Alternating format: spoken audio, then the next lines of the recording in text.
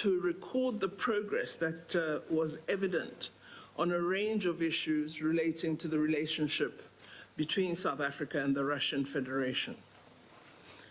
We as South Africa attach great importance to fostering and deepening our partnership through strengthening our structured bilateral mechanisms. And so it is in this regard that I look forward to co-hosting the 17th ITEC session during the first quarter of this year. I look forward as well to the implementation of our commitments as discussed in our meeting and to us having a continued closer working relationship. I must say, when we first met and I heard that growl, I didn't think we would become friends, but I believe we are friends now. Our goal is to work unrelentingly toward the upliftment of our respective nations and to do so through the instruments of foreign policy that we have at our disposal. I believe our shared goal is to witness a significant and greater increase in economic, social, cultural, people-to-people, and scientific interactions between our countries. We've had the opportunity to review the status of some of the currently outstanding agreements and have reiterated our commitments in areas where some work remains to be done. I must thank you most sincerely for the additional scholarships that you announced that would be made available to young South African undergraduate students. I believe most importantly, we should encourage our colleagues in other departments to be responsive to the issues that we have identified as important for advancing our bilateral cooperation. I look forward to welcoming you and your delegation back to South Africa in the not too distant future for our BRICS meetings, and I wish you continued good health and a safe return home and a longer stay in South Africa next time you visit. I now, Minister, hand back to you and thank you for this most wonderful meeting. Спасибо. Thank you very much.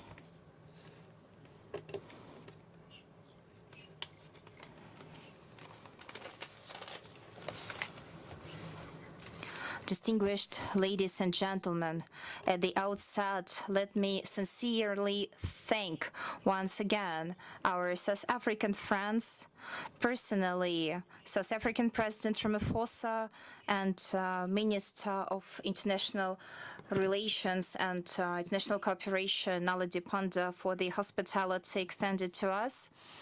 We have stated a progressive development of Russian-South African relations based on a solid historical foundation. We have welcomed the consolidation of contacts between different ministries and agencies, the expansion of interparliamentary and inter-party exchanges. In particular, I'm talking about our party or Russia, the United Russia and the African National Congress. We have agreed to intensify our work in a whole range of areas in order to uncover fully the broad potential of our ties, especially in the area of economics. We have decided to intensify the preparation for the 17th regular mixed intergovernmental committee on trade and economic cooperation. Naledi Pandor is its co-chair on the part of South Africa. On the our part is the Minister of Natural Resources and Ecology, Mr. Kozlov. Special attention at this meeting will be paid to the cooperation in energy, science and technical areas, as well as to the issues of transport and other kinds of infrastructure, the cooperation in the peace exploration of outer space. We have paid today special attention to the need to broaden and develop humanitarian ties. There is a demand for that in our countries. Our peoples are very interested in developing contacts. We have agreed to increase the number of scholarships provided to our South African colleagues in the framework of the federal budget of Russia. We've talked a lot about relevant international issues. Our countries are subsequent advocates of a more fair, inclusive, democratic and polycentric architecture of the world order, which would be based on the main principles of the UN Charter, the respect for the sovereign equality of all the states. And we are obviously speaking in favor for the increasing role of South African Union on all platforms, including in the context of the discussion regarding the reforming of the UN Security Council. We have discussed our partnership in the UN in its different commissions and structures, in G20, in the OPCW, in the framework of the Kimberley process. As for G20, we are in favor of the interests of African countries to be represented in this structure as the African Union, in addition to the current members. We have discussed in details our cooperation in the framework of BRICS.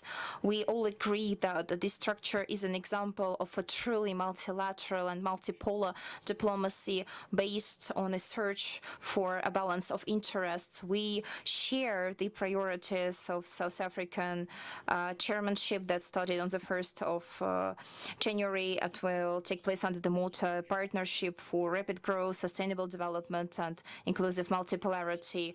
I would like to wish our colleagues success in the implementation of the outlined plans, and of course we will facilitate their putting into practice. We have exchanged notes regarding the settlement of the existing conflicts on the African continent, including in the Great Lakes region, in the Central African Republic, in South Sudan, in Mali, in the northern part of Mozambique. We have the same opinion. We believe that the Africans are to define for themselves the solutions to these problems on the continent. We highlight the active role of South Africa and its president in a whole number of crisis situations, and the international community is to support the ways of settlement chosen by African countries themselves, including in the framework of the African Union and different sub-regional organizations. Russia will be actively helping to normalize the situation in hotbeds of tensions through the consolidation of peacekeeping potential of African countries. We are ready to train them. In our country, we provide equipment to the relevant missions of the African Union and other organizations. We are interested in consolidating our dialogue regarding the development of the partnership between Russia and the African Union. I've already mentioned that, and with other leading sub-regional organizations, including with those where South Africa is an active member. We've also discussed the preparation for the second summit Russia-Africa that will take place at the end of July this year in St. Petersburg. We assume that its results will be based on the work we have already done after the first summit in autumn 2019 in Sochi, and will enable our ties to reach new horizons. We hear a big interest on behalf of our African friends in making this event successful. Upon the request of my colleagues, we have discussed in details the course of the special military operation in Ukraine, which is aimed at saving civilians and preventing the creation of direct threats to the Russian security near our border.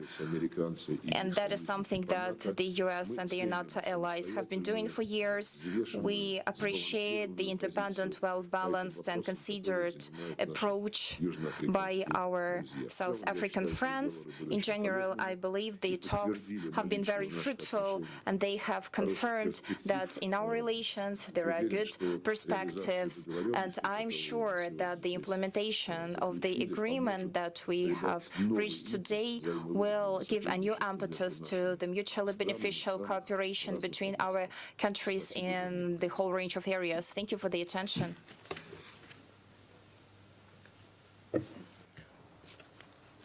Thank you very much, Большое спасибо, Ваше Excellencies. Превосходительство. We will now take Теперь questions. мы, I believe the first question is заслушаем from вопросы. Ms. Sophie Mokoena of the Госпожа SABC. Софа Please go Маквена, ahead. компания SABC, Южноафриканская. Thank you so much, Sophie Mkwena from the SABC, South African Broadcasting Corporation.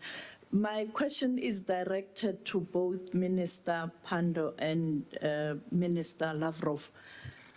The world is looking forward to hear good news in terms of the end to this current conflict or war in Ukraine. Earlier on, Minister Lavrov pointed out that Russia is willing to engage.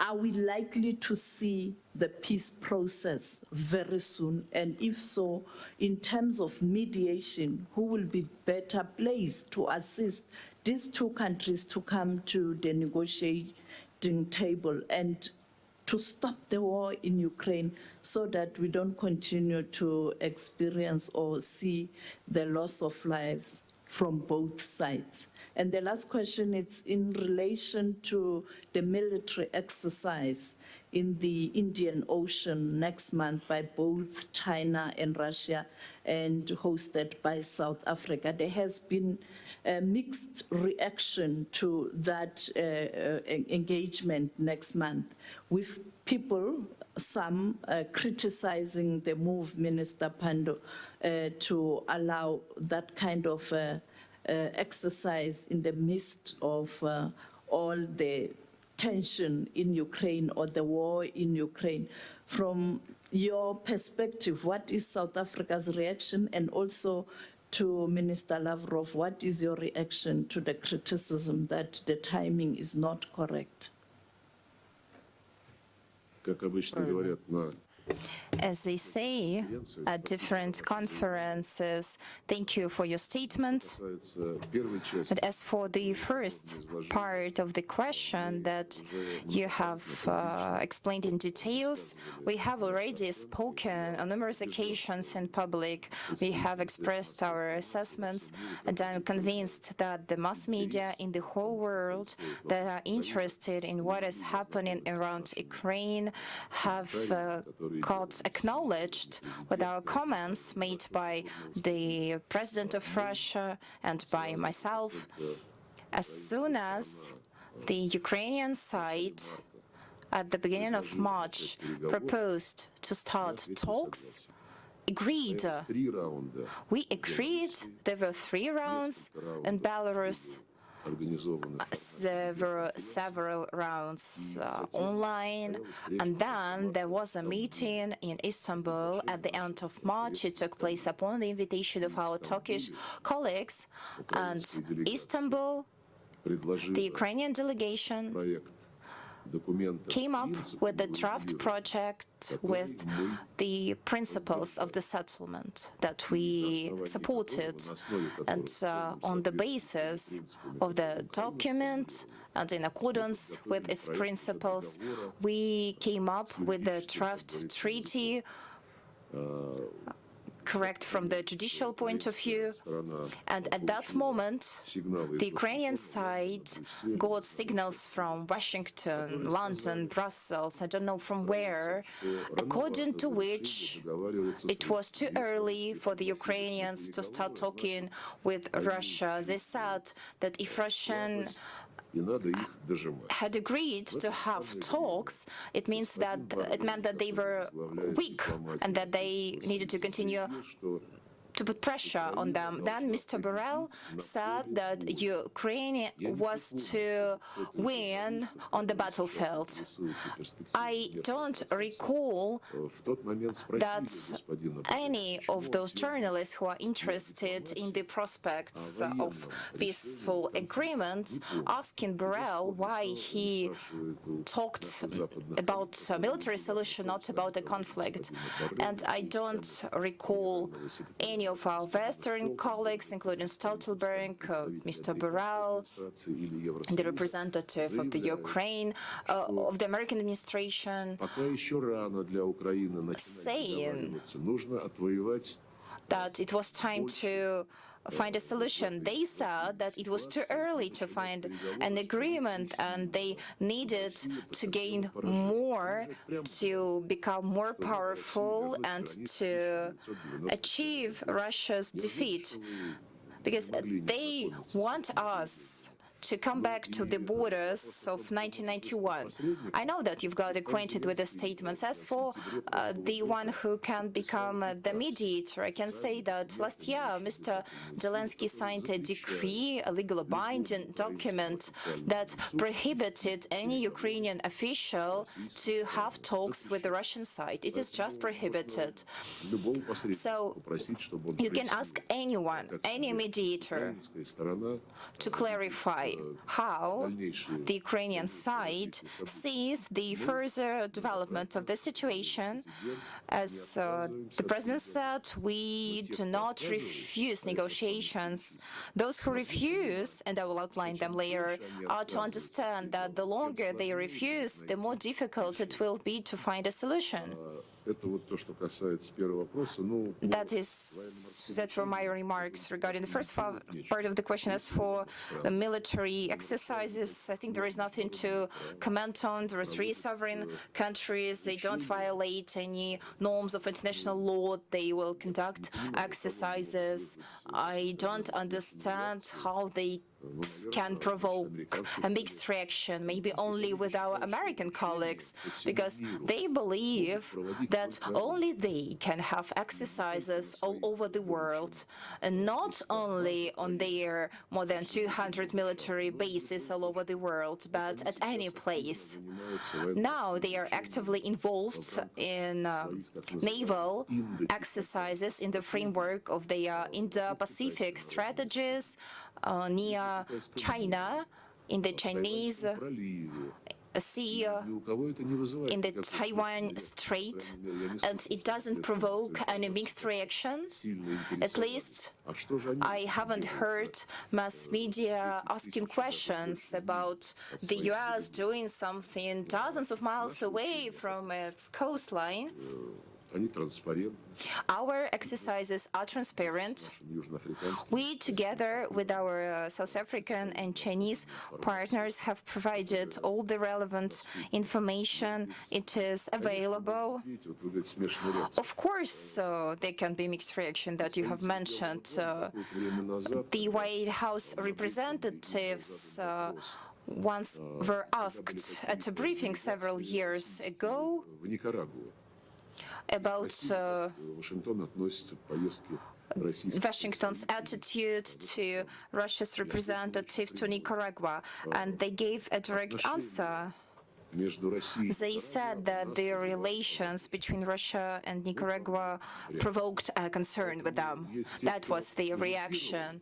So there are those who try to monopolize international relations and who say openly that there can be no competitors of the US, and Russia is proclaimed to be the main threat and Chinese is a long-term challenge that they need to overcome. That is a mentality.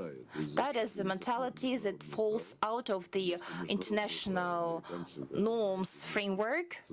We know that the US and their satellites from Europe are promoting rule-based order conception, and no one of our Western colleagues has ever explained to me what rules they are, despite my numerous requests. There are no such rules. That's just what Washington decides, that is supported by London and Brussels. It's a problem. It's a flagrant violation of the main principles of the UN Charter on the sovereign equality of all states, and we don't want to provoke any scandals or confrontation. We just want every country to be able to have their own rights in the international system as provided by the UN Charter. On such basis, not on the basis of dictatorship and imposing decisions, but on the basis of consensus, mutual equality, a search for a balance, we are developing our cooperation, including the framework of BRICS.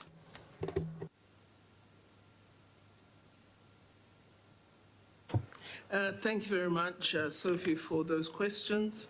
Indeed, we have discussed the matter of the Ukraine-Russia conflict. We've got a very extensive briefing from our colleague, Minister Lavrov, and we reiterated, as I've done publicly, South Africa's desire that there be a diplomatic solution and that negotiations should be something all of us work toward, particularly in the context of the United Nations, which is the global institution that we all accept as the premier multilateral institution. We reiterated that belief and we continue to hold to it. As to who will mediate, again, that will be a decision that I think the global community and leadership must take together. The first is to decide to seek peace, which is what South Africa desires, and then other matters will ensue from there. With respect to the military exercise, which has had the commentary you referred to, you will recall my remarks a few months ago where I indicated that one of the things we as Africans need to resist is this impulse of wanting to direct a double standard form of international conduct toward us. That what I do is okay for me, but you cannot do it because you are a developing country or you are Africa. That is an abuse of international practice. All countries conduct military exercises with friends worldwide. So there should be no compulsion on any country that it should conduct them with any other partner. It's part of a natural course of relations between countries. So I think we need to explain this to the public. Maybe as the broadcaster, you could develop a list of the military exercises that there have been just in the last year, up to the ones planned by China, Russia, and South Africa, and alert our community to the fact that this is just a natural set of exercises that occurs between countries that have such relationships, and we should not deny any country the right to participate in such. Телеканал «Россия», пожалуйста. Да, большое спасибо. Мой вопрос и вам, Сергей Викторович, и госпоже Бандер. Russia, the TV, it's the question about economics and how is the economic неоколониальную политику в отношении африканских стран. Об этом, собственно, много говорил президент России, о том, что эпохи изменились, а менталитет западный, в общем-то, не изменился. Как это обстоятельство, какое влияние оно накладывает на наши двусторонние проекты, как они развиваются? Спасибо. our bilateral Я relationship начну тогда. with Президент Путин South давал Africa. характеристику сегодняшней ситуации в мире, действительно при этом упоминал возрождение неоколониальной политики, вернее, даже не возрождение, она has mentioned the resurrection of neocolonial policy. It's not even a resurrection because it has never disappeared, but the West conducts it not only towards the developing world, but what is done towards the Russian Federation is also an attempt to introduce some elements of a neocolonial policy, and it also concerns some major states that the U.S. are trying to pose problems to. You've heard about aggravating sanctions against Chinese, so they threaten everyone, and officials from the State Department, from the White House, throughout the recent years before the special operation began, had said that any major country, whether India, Turkey, or Egypt, had to think carefully before deepening their relations with the Russian Federation. How can we interpret it, if not as an attempt to dictate their norms and a complete lack of human and diplomatic ethics? That is true that our relations, in particular with South Africa, are affected by these illegal sanctions. That's all all the reflection of the mentality that goes as I can do everything, but if you want to do something, I will see and decide if you can do that. But life goes on. There is a mutual interest between the governments and companies of both countries to develop cooperation in the area of natural resources, energy. I have already mentioned the plans of South Africa in the area of atomic energy, where our cooperation can be very useful. They also include infrastructure, peaceful outer space, high technology, smart cities. Today, Madam Panda has mentioned that she has said that South African Republic is interested in that, and it is all connected to delivery, supply chains, and logistic issues. We are working on developing new tools and mechanisms that would not depend on arbitrary actions by our Western colleagues. That is all real, and that's what we do with all of our partners who want to cooperate honestly and who don't want to be a victim of dirty conference and an abuse of globalization mechanism that this Western colleagues were so proud of because they developed them. Thank you very much. I think my colleague has really answered the question. I just wanted to stress that South Africa and Russia have very good economic relations. In our deliberations, we agreed there are many sectors in which we can expand economic and trade relations. We have had a decline in the COVID era. We'd like to get back to the pre-COVID levels and do even more.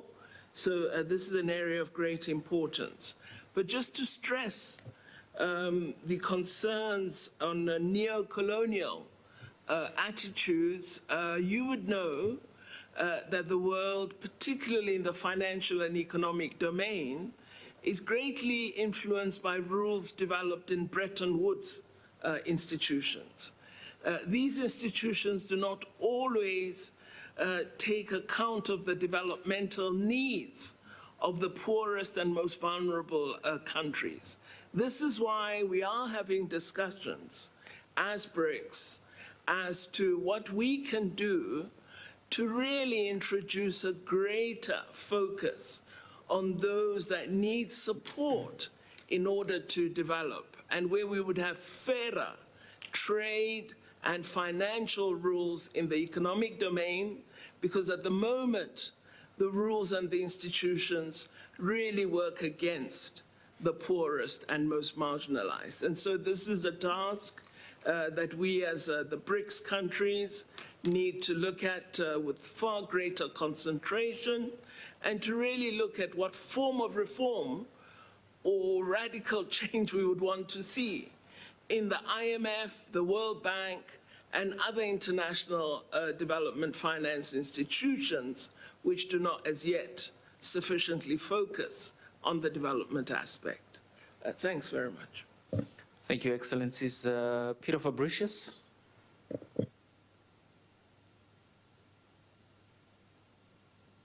Matt, can you hear me? Peter Fabricius, Daily Mail. My first question is to Minister Lavrov, if I may. The Russian military is focusing a huge amount of its attacks on civilians and civilian infrastructure targets in Ukraine, firing hundreds of missiles and drones over the last few months, which have mainly destroyed electricity infrastructure such as substations.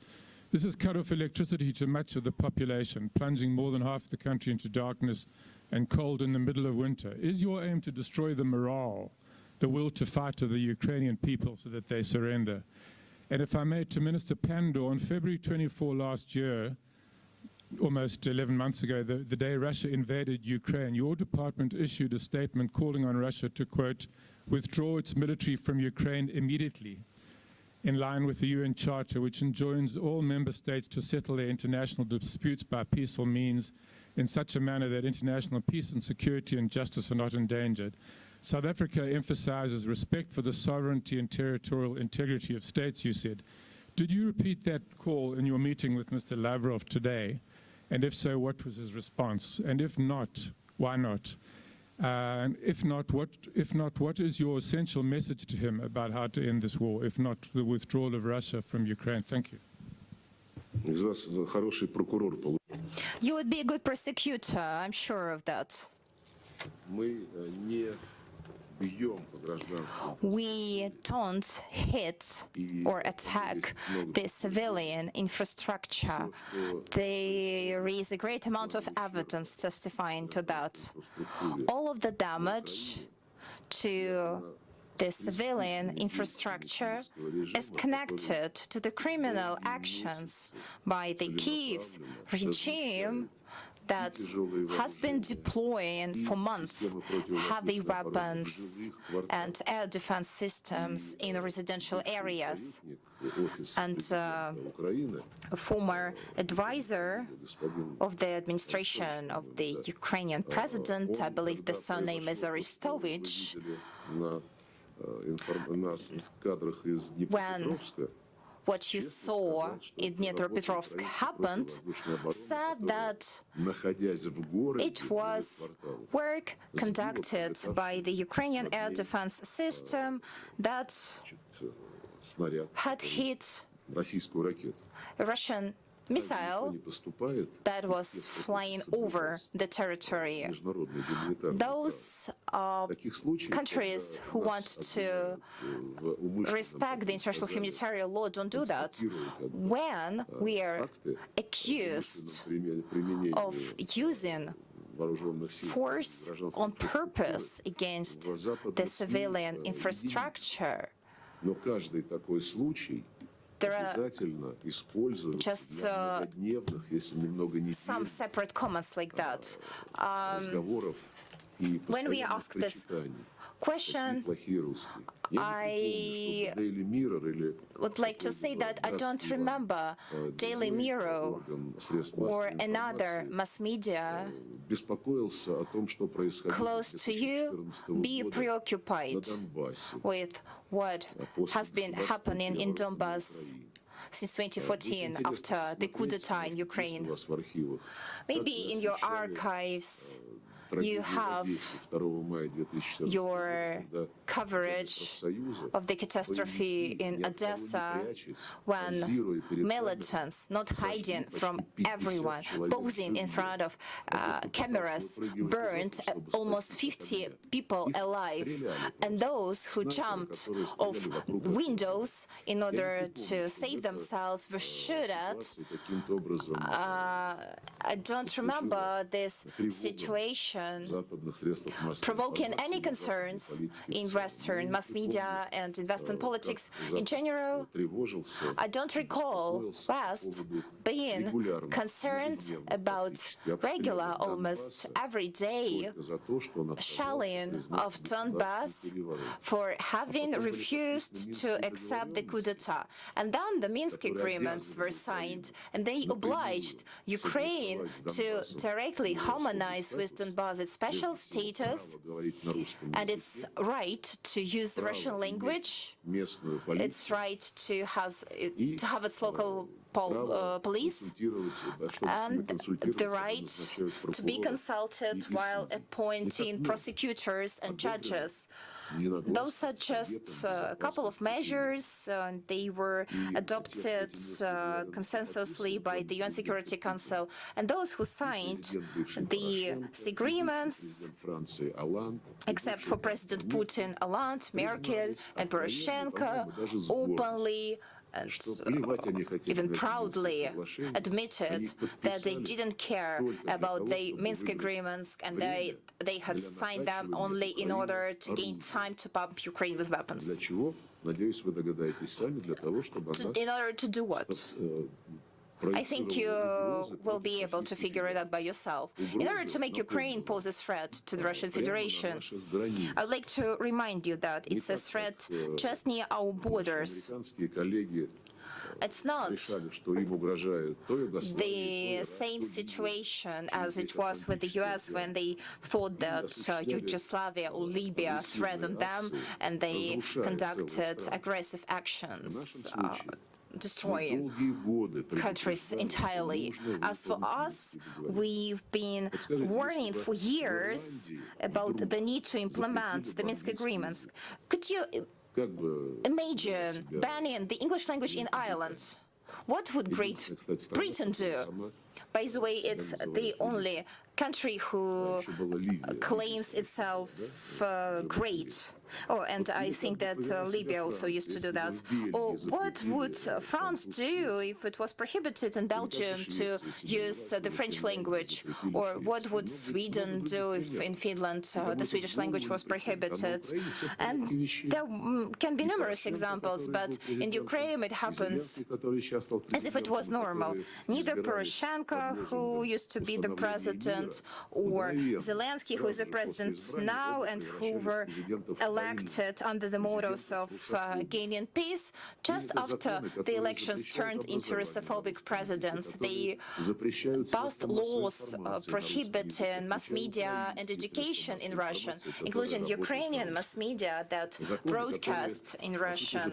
Those laws in reality prohibit the use of the Russian language even in everyday life, not to mention the prohibition of Russian classic books, any cultural contexts related to the Russian language. Western countries support all that, just as they support regular neo-Nazi marches with swastikas, with SS divisions, symbols that were recognized as criminal ones by the Nuremberg Tribunal. They support all that.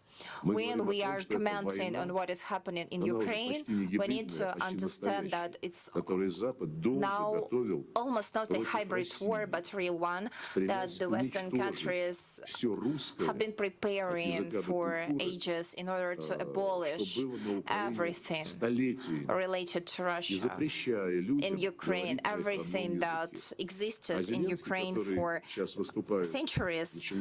And Zelensky, who is making statements in Davos and Emmys Awards, some athletic events, has said publicly in September, October, before we began the special operation, when he was asked about the attitude towards people living in Donbass, he said that there were people and there were species. And also, the main Democrat of Europe, Zelensky, said that if any citizen of Ukraine felt associated with the Russian culture and felt a part of the Russian world, may leave the country for the sake of their future and the future of their grandchildren. I've already mentioned the French-speaking population of Belgium and the English-speaking population of Ireland, or in Scotland. I can also mention Scotland. If such a nationalist situation occurred there, the reaction would be different. But no one's speaking about that. You call what we've done an intervention, but you ignore the fact that we've been speaking for 8 years, calling for the Kyiv regime to put into practice what was agreed consensusly at the UN Security Council. No one did anything. And when we submitted a proposal to strengthen the security guarantees in Europe, we just were not listened to. It happened in autumn last year. Just like before, they didn't listen to our proposal in 2018, when we suggested to sign a treaty on European security. Aren't you sleeping already? Did something happen? No, it's okay. So I can mention any episode, any situation. You can take it off the context. You can build your career on that. You can work for the benefits of your own government. But we are trying to be honest and to honestly явилось результатом describe the нынешней ситуации на real Украине, events. всем честным исследователям And прекрасно all the известно. honest researchers understand why what happened in Ukraine happened. Right. I think it was very appropriate early Я думаю, into что это this conflict to make the statement that we made as DERCO, because had we been able to persuade at that early stage, we would not be where we are now. But to repeat that statement to Minister Lavrov today would make me appear quite simplistic and infantile, given the massive transfer of arms that has occurred, given the level of conflict that there is, and all the developments that have occurred in almost a year, a month from now. So, no, I did not repeat that particular statement to Minister Lavrov because I don't wish to appear as though I don't know what has occurred in the world. И завершающий вопрос, телеканал Russia Today. The last question, Russia Today, please. Hello, Donald Corder, Russia Today. у меня несколько... Is for both foreign ministers here. Recently, the U.S. Treasury Secretary said that Russia is trying to weaponize food and that Putin's actions are actually causing a drag on the African economy in general. So I'd like to hear the response that both of you have for that. But I'd also like to ask a couple other questions specifically to Minister Sergei Lavrov. I wanted to understand these joint naval drills that were mentioned earlier. Do you see this as sort of foreshadowing of further military cooperation between BRICS countries? And there's also another question I'm going to ask on behalf of Sputnik. It has to do with the fact that the United States has been pressuring African countries that even dare to potentially have some sort of good relationship with Russia. Do you think it's okay for that to be done? And also, what can Russia do to help African countries that are trying to combat that sort of pressure from the United States? Тоже много. You've mentioned so many things. Ну, что касается заявления госпожи As for the statement by Madam Yellen, трудно их комментировать, it's so difficult for me to comment on them because we have repeatedly presented facts in the UN, at different press conferences in Moscow and abroad, and these facts prove convincingly, продовольственная организация, and they are underpinned by the statistics of the World Food Programme хозяйственная организация ООН, ФАО. and the UN Food and Agricultural Organization, FAO. The facts testify and show that the problems on the global food market started before the special military operation. Everyone knows that when there was an outbreak of the COVID-19 pandemics, our Western colleagues in Europe and in the USA printed out trillions of millions of dollars and started to buy food everywhere in the world, being afraid that the pandemic would create a food crisis. And this crisis really was there, but because of their uncontrolled actions.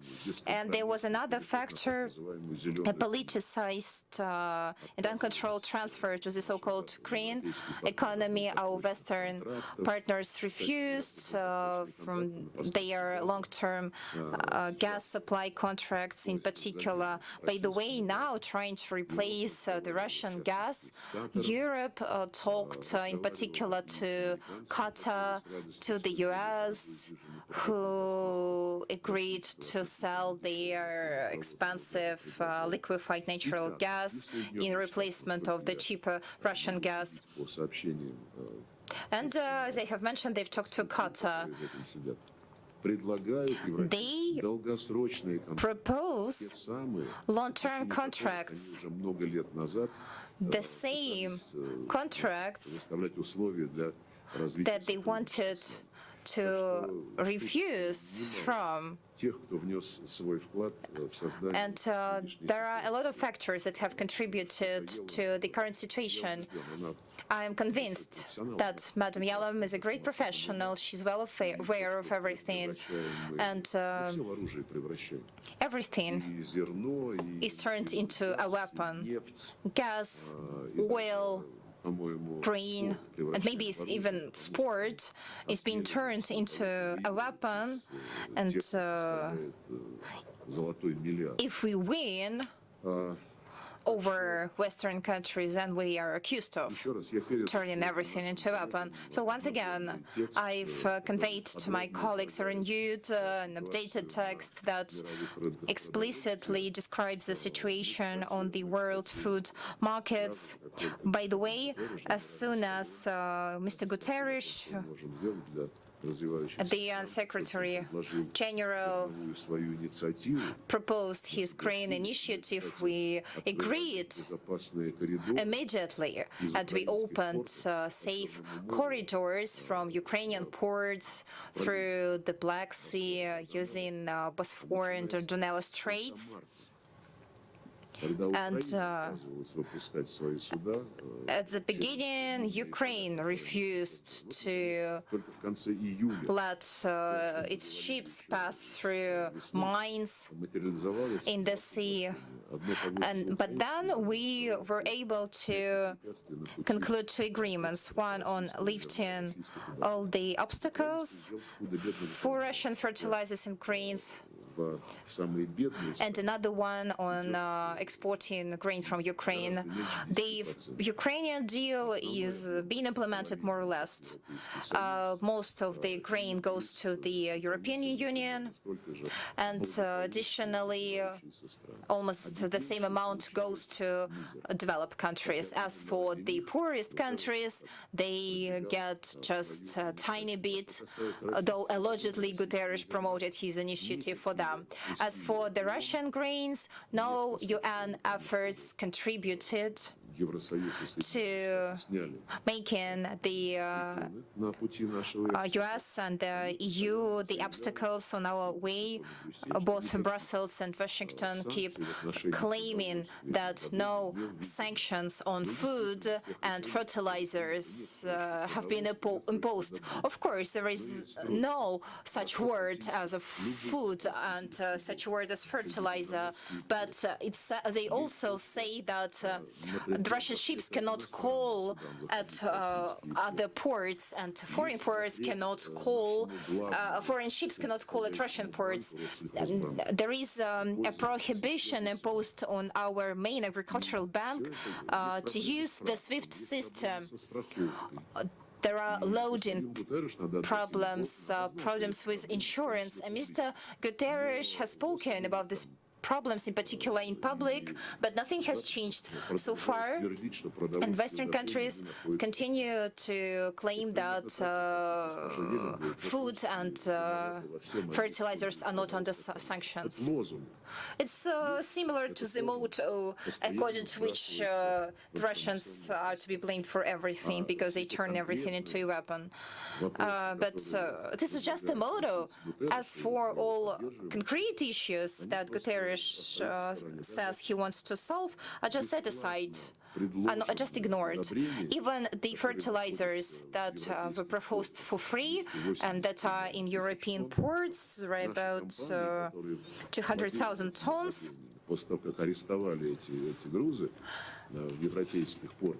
After they had been arrested, were proposed to other countries, because we don't want these fertilizers to be wasted. They are losing in its quality. We want them to be sent to the poorest countries. But Mr. Putin drew the attention of the world community to this initiative 6 months ago, but since then only 20,000 tons have been sent from the Netherlands went to Malawi. Назад была достигнута такая At least 3 months ago, such an agreement was achieved, and the fertilizers have been sent recently. As for all the other ports, especially the Latvian ones, there is no progress with regard to this, I'll say once again, free fertilizers. As for это отражает стремление развивать naval сотрудничество trials с китайским народом. and the fact that it reflects the intention to develop military cooperation. We develop military cooperation with China, with South Africa. The Minister of Defense of South Africa visited an event in Russia in August, including the military technical forum Army 2022. And the practice of trilateral drills is not something new. We had similar drills with the participation of India and China. Their goals are, first of all, anti-terrorist ones. And I would like to reiterate that we are perplexed Западные наши коллеги начинают by the way our Western colleagues provoke a lot of noise around such ordinary things in the life of sea powers, especially агрессивными легендами. Запад проводит in a situation when Western countries conduct such drills much more often than we do. And the pressure put by the US on African countries and also on Asian, Latin American постоянно, ones is constant. причем публично заявляют, что And те, кто сотрудничает с Россией, Westerners say constantly in public that those who cooperate with Russia will regret about that. They threaten major states who are great powers, great civilizations that have existed for thousands of years, and they ignore the fact that these civilizations have national pride. Maybe not all Western countries have this feeling. Not all of them understand this feeling, but it doesn't mean that they don't have the obligation to study history and to behave well on the diplomatic arena. I've reiterated on multiple occasions that by threatening and exercising pressure, the Brits and the United States cross all the red lines, тем, что because политических деятелей в той или иной they стране also есть счета в американских say that some political activists have accounts in Western countries, and that they say that their children study in other Western countries as well. So that is their attitude to democracy. Mr. Borrell has already said that Europe is a blooming garden and the rest of the world is just jungles that they need to escape from, but at the same time this territory is supposed to be monitored. So such assessments and such mentality is manifested on a regular basis when Western speakers make statements. They keep stating they are the main reference point for democracy, and Zelensky does the same. But when we are talking about democracy to them, we understand that the only thing they are interested in is that in the countries they want to be present, there are orders under their control and under their slogans. When we propose to our Western colleagues to talk about democracy, international relations, they don't want to discuss that. They prohibit even mentioning that. So there is international legislation set forth in the UN Charter, but they have also their own separate norms. As for the attitude towards the Ukrainian crisis, there are British, European and American envoys who run over the whole world, threatening all the countries and asking them to join anti-Russian sanctions. But if you are a good diplomat, if you respect the sovereignty of other countries, you know that Russia has explained why it's doing what it is, and West has refused to comment on our president's explications of what is going on. They just take the 24th of February out of the context and they ignore everything else. This situation had been developing for years with the direct assistance of Western countries, but no one recalls that the history has been just cancelled, and the tragedies of Donetsk and Luhansk, the bombardments in Donbass are still underway, and Western countries understand that these areas are attacked with Western weapons on purpose. It wasn't that someone shot at a missile and it fell accidentally at a civilian facility. No, they do it on purpose. They choose these facilities themselves. We have been explaining why we are doing what we are doing after 8 years of fruitless hopes that the Minsk agreements will be implemented. We had to do what we do. If you respect other countries, and why don't you let them adopt their own stance? Why do you demand that they join your sanctions? So that's why the notion of democracy is very specific in the Western countries, and the West doesn't want any democracy in international affairs. They have only jungles and a blooming garden, that's all.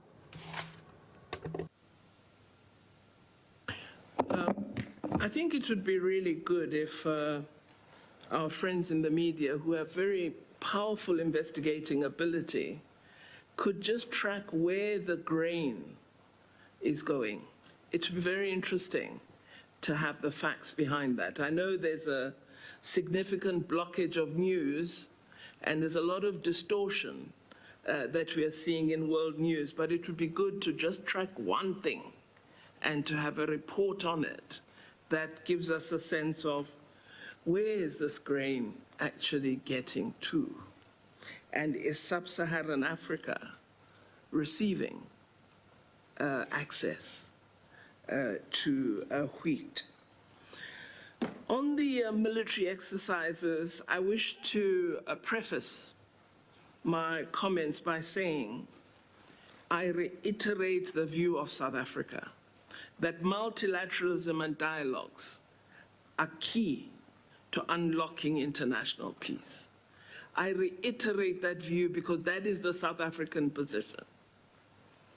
We have continued and will continue to urge that there should be a diplomatic solution and process to this current conflict, because we regard war as terrible, we regard war as a negative for development and for world security. So we will continue to call for dialogue. And we will reiterate our view that the concerns of both nations must be addressed in that process of diplomacy. So I think I need to say that because these are the categorical and clear statements that the government of South Africa has reiterated time and again. On the exercises, which are called Exercise Morsi II, between Russia, China, and South Africa, these are part of a program of military exercises that the South African Defense Force has as part of agreements with many countries worldwide. No one asked us questions about exercise shared accord with the United States of America a short time ago. Nobody asked us about why we have military exercises called Exercise Oxide with France just last year in November. These are all part of exercises we undertake to hone the skills of our military and to be able to respond to a range of situations, including disaster management, which our military often plays a role in addressing. So I just think it's important that we regard all countries as sovereign nations and not stop doing so when it suits us.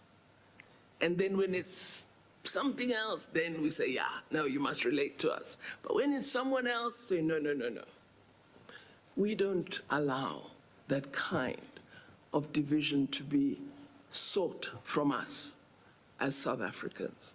We believe we should have the right to decide who we relate to and on what basis. This is our foreign policy position, and we will hold on to it. Thank you very much. Thank you very much, Excellencies. That brings us to the conclusion. There's just a request, Excellencies, for another handshake behind the flags, because the earlier one didn't have a nice background. So we want this one. Thank you very much. Photographers, you lined up and ready? You still want to shake my hand? Yes, Minister. Where? Photographers in front. Okay, they want in front.